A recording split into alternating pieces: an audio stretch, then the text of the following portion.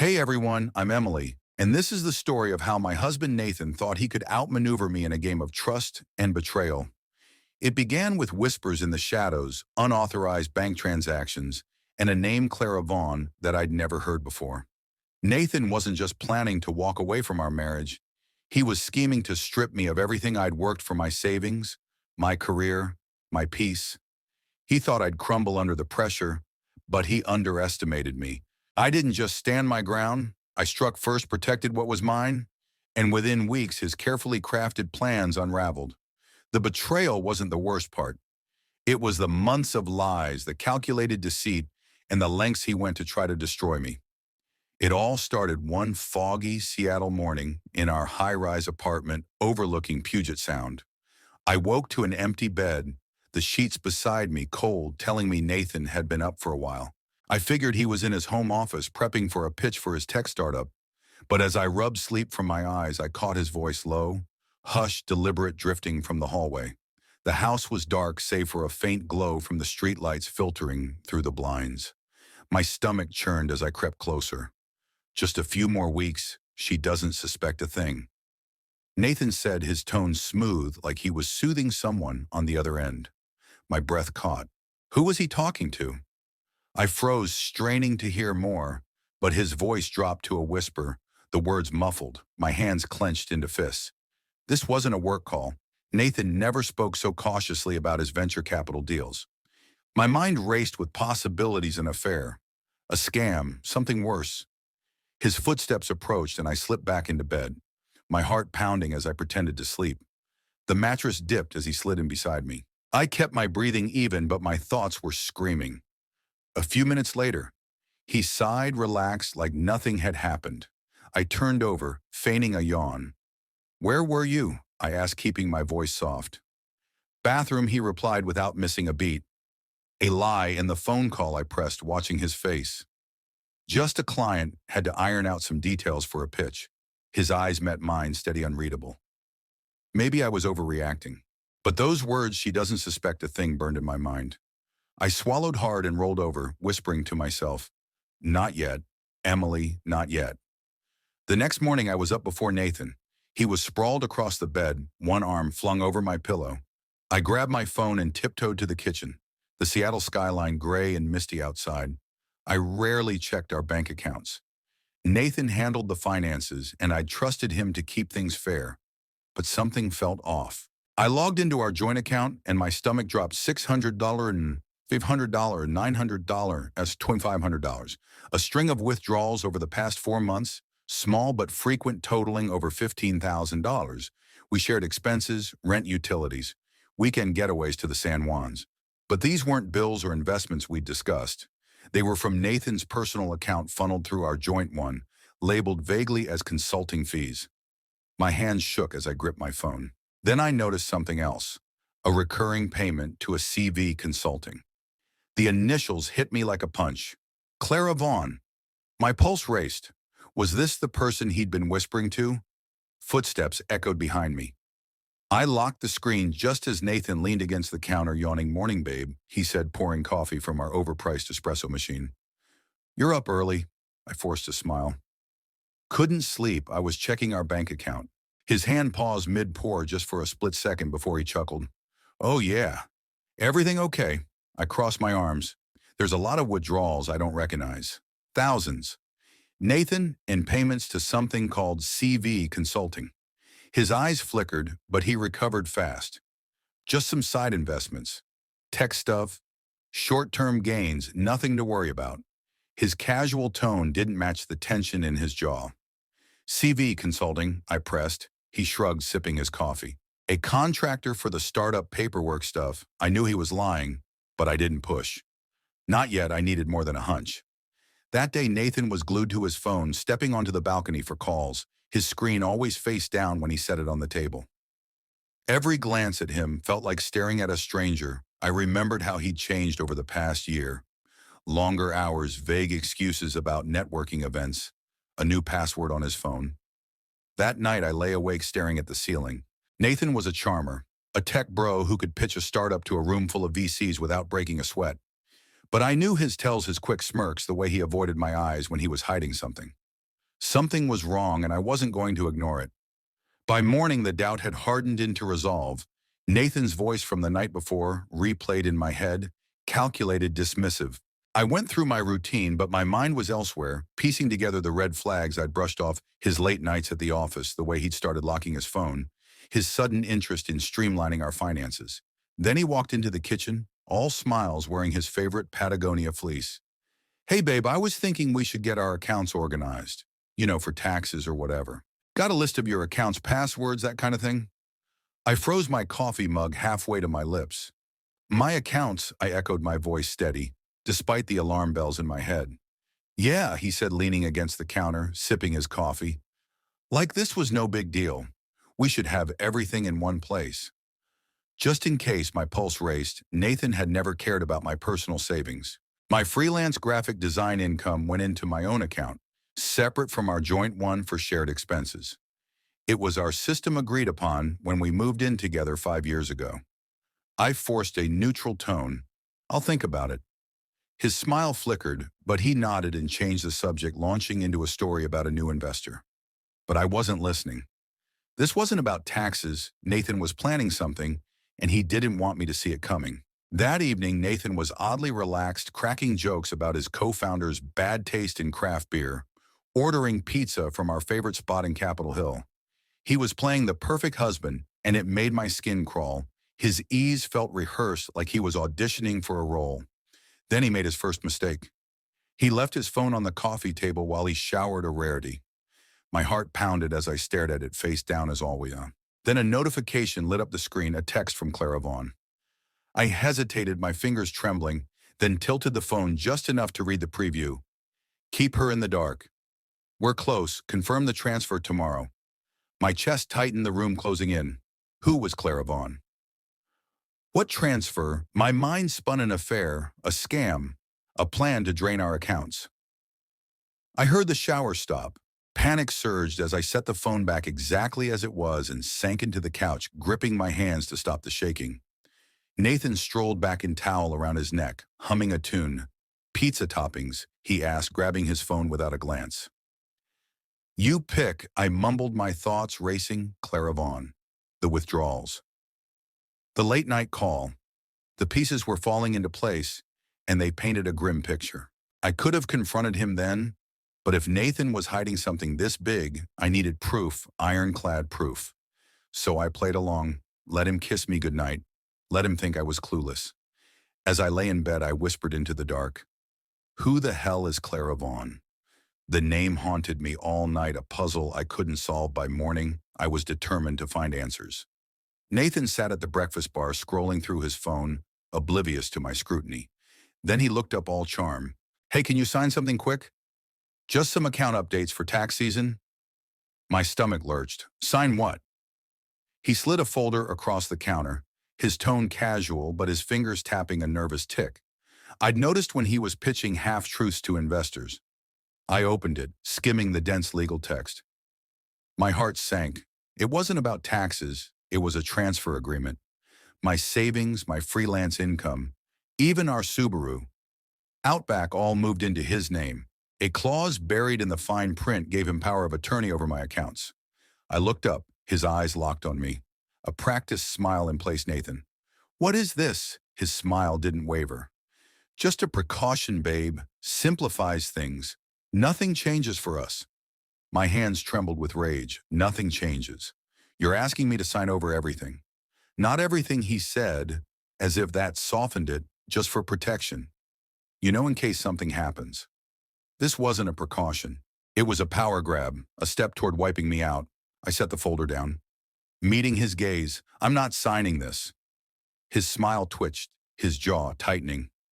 Don't overreact. It's just paperwork." "Then why are you pushing me to sign without explaining it?" His eyes hardened. "You're making this harder than it needs to be." I leaned in, unflinching. "Is that a threat?" He didn't answer, just leaned back. Arms crossed, his charm replaced by a cold calm. "I just think you're overcomplicating things," he said, voice low. I held his gaze, letting the silence stretch. He was waiting for me to crack, to give in. I wouldn't. Instead, I smiled just enough to unsettle him.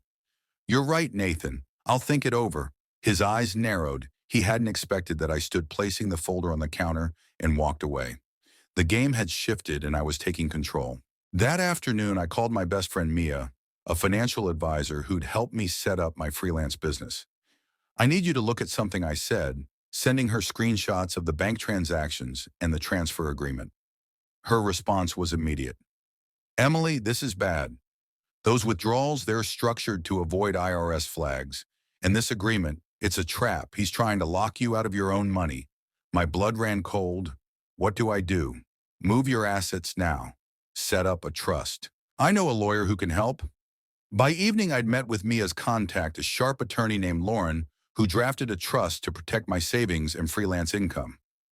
He won't see this coming, Lauren said, her eyes gleaming, but you need to act fast. That night, Nathan acted like nothing had happened, chatting about a new coffee shop in Fremont, flipping through Netflix. But I saw through the act. This wasn't about fixing our marriage. He was setting up his exit, and he wanted to leave with everything. The next morning, I found him in the living room, coffee in hand, looking smug. I sat across from him, and he sensed the shift. We need to talk, he said. Setting his mug down, I raised a brow. Go on. He sighed like this pained him. I think we should separate. It's not working, Em. You've felt it too. I stared at him, unmoved. He wasn't asking. He was declaring. You've been planning this, I said, my voice steady. A flicker of unease crossed his face. It's for the best. We're not the same people anymore. I leaned forward. You mean you want out, but you want to take everything with you? His lips thinned, but he didn't deny it. I could have lashed out, but a calm resolve settled over me. I moved my assets, Nathan, I said. Watching his reaction, his posture stiffened, his eyes narrowing. What exactly? What I said. My money's safe. His jaw clenched, and for a moment I saw panic. He'd spent months planning, thinking he'd outsmart me, but I'd beaten him to it. He stood grabbing his coffee, his voice low. You'll regret this. Emily, I didn't flinch. We'll see. The next day, the air felt heavier when a courier knocked on my door. Emily Harper, I nodded, and he handed me an envelope. You've been served. My stomach sank as I tore it open. Petition for divorce. Nathan wasn't just leaving. He wanted half of everything: our apartment lease, the car, my freelance earnings, and because he was shameless spousal support, a handwritten note slipped out in Nathan's scrawl. You should have signed him. My blood boiled. This wasn't just a divorce, it was a declaration of war. I met Lauren in her sleek downtown office, the Space Needle visible through the window. She skimmed the papers, a smirk tugging at her lips. He's got nothing, she said. You moved everything into a trust before he filed. He can't touch it. Spousal support with your income versus his. Not a chance. Relief washed over me, but the note burned in my mind. He's not going to stop, I said. Lauren nodded. Then we stay one step ahead. That evening, I was sipping wine when the door flew open. Nathan stood there, eyes blazing, a faint smell of bourbon on him. You think you're clever, don't you? He spat. I set my glass down, unfazed. I think I'm done letting you play me. His fist clenched. You planned this. I tilted my head, and you didn't. He stepped closer, voice low. This isn't over. Emily, I met his gaze. It will be trouble. Hit at work the next week. Whispers followed me in the co-working space I used for my freelance gigs. My colleague Jake pulled me aside after a client meeting. There's a rumor you've been siphoning money from your joint accounts. Some say it's fraud. I stared at him, stunned. Nathan's been emailing people, Jake added. Clients, other designers, even our co-working space manager. He's saying you're under investigation, fury surged. He wasn't just after my money, he was trying to torch my career, my reputation, my livelihood. I stormed into Lauren's office, slamming a folder of screenshots on her desk emails. Nathan had sent posts on local freelancer forums, even a fake tip to a tech blog claiming I was dodging taxes. He's slandering me. This stops now. Lauren scanned the evidence, chuckling. He's desperate. This is defamation territory. We send a cease and desist. If he keeps it up, we sue. I nodded, but inside I was seething. I didn't want a drawn-out fight. I wanted him gone. Mia, who'd been through a messy divorce, chimed in over coffee later. Don't let him bait you, Em. He wants you to lose it. I took a breath. She was right. I'd fight smart. Then came the curveball. I was at a networking event for Seattle creatives when a potential client, a startup founder, pulled me aside. I got an anonymous email, she said, frowning. It had documents showing you've been funneling client payments into offshore accounts. Is that true? My heart stopped. Absolutely not, I said, forcing calm. Can you forward me that email? She did, and there it was, a PDF with my logo, fake invoices and bank records I'd never seen. The sender a burner email. But the language screamed Nathan. He wasn't just spreading rumors, he was forging evidence. I forwarded it to Lauren, who called immediately. This is escalation, she said. We're adding fraud to the defamation claim. This is criminal territory. That night I found Nathan at a trendy Belltown bar, laughing with his tech bro buddies. Like he hadn't just tried to ruin me, I didn't make a scene. I walked up, leaned in, and whispered, "You're done, Nathan." His grin faltered, but he recovered, raising his glass. Game on M. I turned and left, my resolve hardening. No more games. Weeks later, my phone rang. "Emily, big problem. Lauren said Nathan and Clara Vaughn filed a complaint accusing you of financial fraud, falsified records, the works." My heart sank. This could mean criminal charges. They've got documents, she added. They're fake, but they're good fakes. Clara, the name behind it all. Any holes, I asked. Lauren paused. Mia found something. The timestamps on the transfers. The accounts didn't exist then, and one of the banks they referenced, it's a shell company tied to Clara Vaughn. I exhaled. That was their mistake. In Lauren's office, I laid out my plan. I'm not just defending myself, I want them buried. She nodded, pulling out a file. Our forensic analyst confirmed the documents are fraudulent. We can prove it. We filed to dismiss their claim and countersue for defamation, fraud, and falsifying evidence. I leaned forward. I want damages, all of it. Lauren grinned. Let's do it. The night before the hearing, I got a text from an unknown number. Back off or you'll lose more than money. My hands shook, but I forwarded it to Lauren Harassment. She said, we're adding this too. The next day, I faced Nathan in court. Lauren was relentless, presenting the forged documents, the analyst's testimony, dismantling every lie. She revealed Clara Vaughn as a disgraced accountant with a history of financial scams tied to Nathan through shell companies. Nathan's team squirmed. Then Lauren dropped the bomb. Your Honor, my client is countersuing Mr. Harper and Clara Vaughn for defamation, fraud, and submitting false evidence. Nathan's face paled. His lawyer stood, voice shaky. My client withdraws his claims. The judge nodded. Motion dismissed. Mr. Harper will cover all legal costs. Outside, Nathan brushed past me, muttering, This isn't over. I called after him. It is for you. Peace settled over me. No more threats, no more sleepless nights. I'd won not with fanfare, but with quiet strength. Days later, Lauren handed me the final settlement. Nathan got nothing. His lies had cost him everything. His startup's investors pulled out after the scandal broke. Clara faced her own legal troubles. How do you feel, Lauren asked. I smiled free. That night, Mia and my mom threw a celebratory dinner at a cozy restaurant in Ballard. Mia raised a glass to Emily, who never let a man outsmart her. I laughed, clinking glasses.